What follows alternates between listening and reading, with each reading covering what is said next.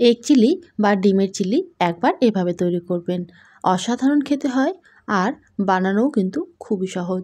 নমস্কার বন্ধুরা, আমার চ্যানেল অনুরাধুনীতে সকলকে স্বাগত জানাই। আশা করি সবাই সুস্থ আছেন।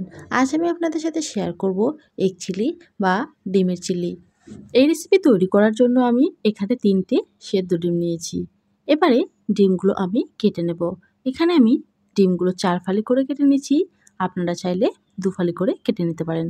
ডিমগুলো খুব সাবধানে কাটতে হবে, তা না হলে কুসুমগুলো ছাড়িয়ে যাবে। দেখুন বন্ধুরা, আমার ডিম কাটানো হয়ে গেছে। এবারে আমি একটা পাত্রে নিয়ে নেব 4 চামচের মতো কর্নফ্লাওয়ার, 2 চামচের মতো ময়দা, দিয়ে দেব খুব সামান্য পরিমাণে গোলমরিচ গুঁড়ো, দিয়ে দেব লবণ আর দিয়ে দেব ডিম। এখানে আমি ডিমের সাদা অংশটা ব্যবহার করেছি। ভালোভাবে মিক্স করে নেব। সামান্য একটু জল দিয়ে একটা ব্যাটার তৈরি করে নেব। ব্যাটারটা খুব ঘন হবে না, আবার খুব পাতলাও হবে না।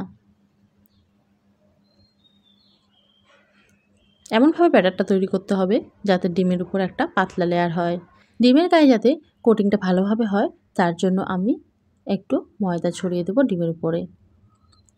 তাহলে ব্যাটারটা খুব ভালোভাবে ডিমের উপরে লেগে যাবে। খুবই সাবধানে একটা একটা করে ডিম এভাবে ব্যাটারে দিয়ে তারপর গরম তেলে দিয়ে দেব। গ্যাসের আঁচ মিডিয়াম টু হাই রেখে এবারে আমি ডিমের পকোড়াগুলো ভেজে নেব।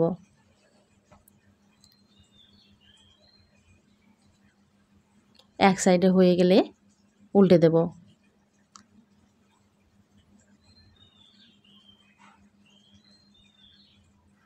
লাল লাল করে ডিমের পকোড়াগুলো ভেজে নেব। একই পদ্ধতিতে বাকি পকোড়াগুলো ভেজে নেব।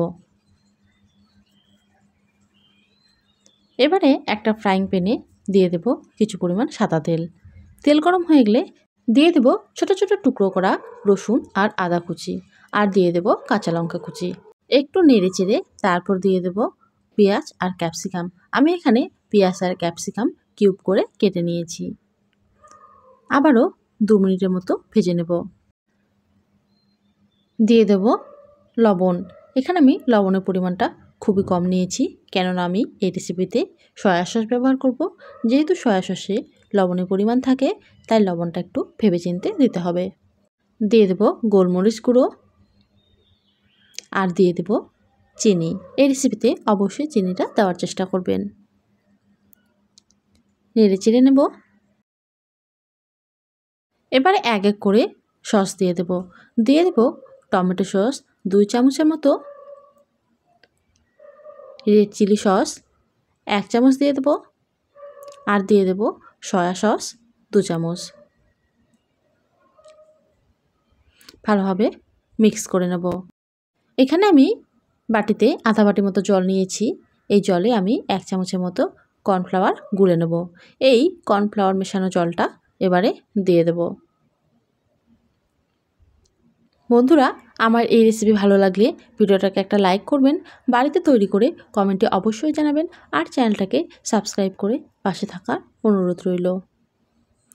দেখুন বন্ধুরা, গ্রেভিটা কতটা গাঢ় হয়ে গেছে। এবারে দিয়ে দেব ডিমের পকোড়াগুলো।